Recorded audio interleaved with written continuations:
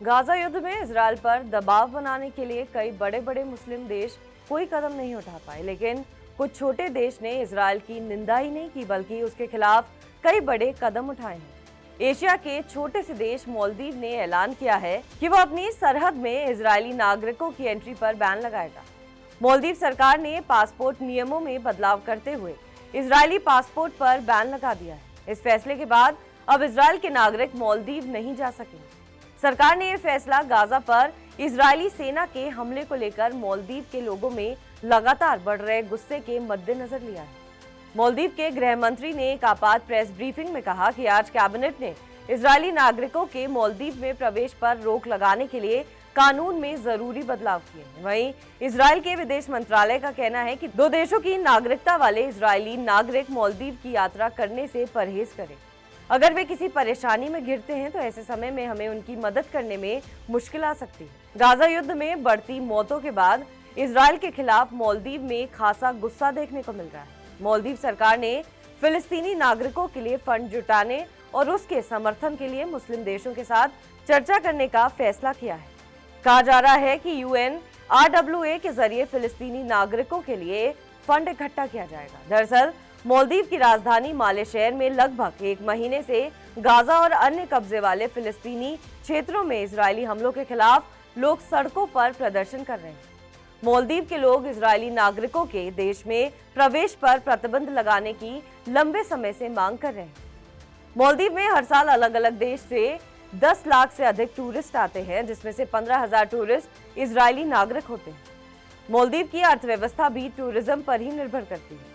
इसके बावजूद मालदीव ने इजरायली नागरिकों की एंट्री पर बैन लगाया है और इसी बीच भारत में इजरायल के राजदूत नार गिलोन ने सोशल मीडिया साइट एक्स पर लिखा है कि व्यक्तिगत रूप से केरल और गोवा गया हूं और ये दोनों बेहद खूबसूरत है और यहाँ की हॉस्पिटैलिटी भी। इस बात से ये साफ है कि नार गिलोन इजरायल के लोगों को भारत आने की सिफारिश कर रहे हैं।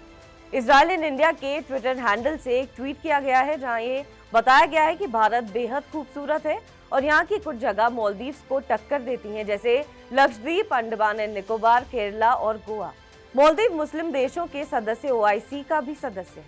OIC ने भी इजरायल पर जंग के बाद इसी तरह के प्रतिबंध लगाए हैं। ट्रैवल बैन का प्रस्ताव पेश करते हुए मालदीव के एक MP नशीद अब्दुल्ला ने कहा कि बिल का मकसद गाजा और फिलिस्तीन के लोगों के खिलाफ किए जा रहे नरसंहार को रोकने के लिए यात्रा प्रतिबंध के माध्यम से इजरायल पर दबाव बनाना है। अब्दुल्ला ने यह भी कहा कि मालदीव को इजरायली आगमन पर बैन लगाना चाहिए क्योंकि इस्लामिक कॉरपोरेशन संगठन यानी OIC के देश जिसका मालदीव सदस्य है, उन्होंने भी ऐसा ही बैन लगाया है। इससे पहले ICJ ने गाजा में फिलिस्तीनियों के खिलाफ हिंसक कार्रवाई को रोकने के लिए एक अस्थायी आदेश भी जारी किया था। अमेरिकी राष्ट्रपति जो बाइडेन ने दावा किया है कि इजरायल ने एक नए सीज फायर प्लान को स्वीकार कर लिया है। व्हाइट हाउस में हुई प्रेस कॉन्फ्रेंस में बाइडेन ने कहा कि हमास अब इजरायल पर और हमले करने की हिम्मत नहीं रख सकता। बाइडेन के मुताबिक इजरायल ने कहा है कि वो सभी बंधकों की रिहाई के बदले जंग खत्म करने को तैयार है। अब बात अगर मालदीव और भारत की करें तो भारत और मालदीव के रिश्ते हमेशा से अच्छे रहे हैं, लेकिन पिछले साल मोहम्मद मुइज्जू की सत्ता में आने के बाद भारत और मालदीव के रिश्ते बिगड़े हैं।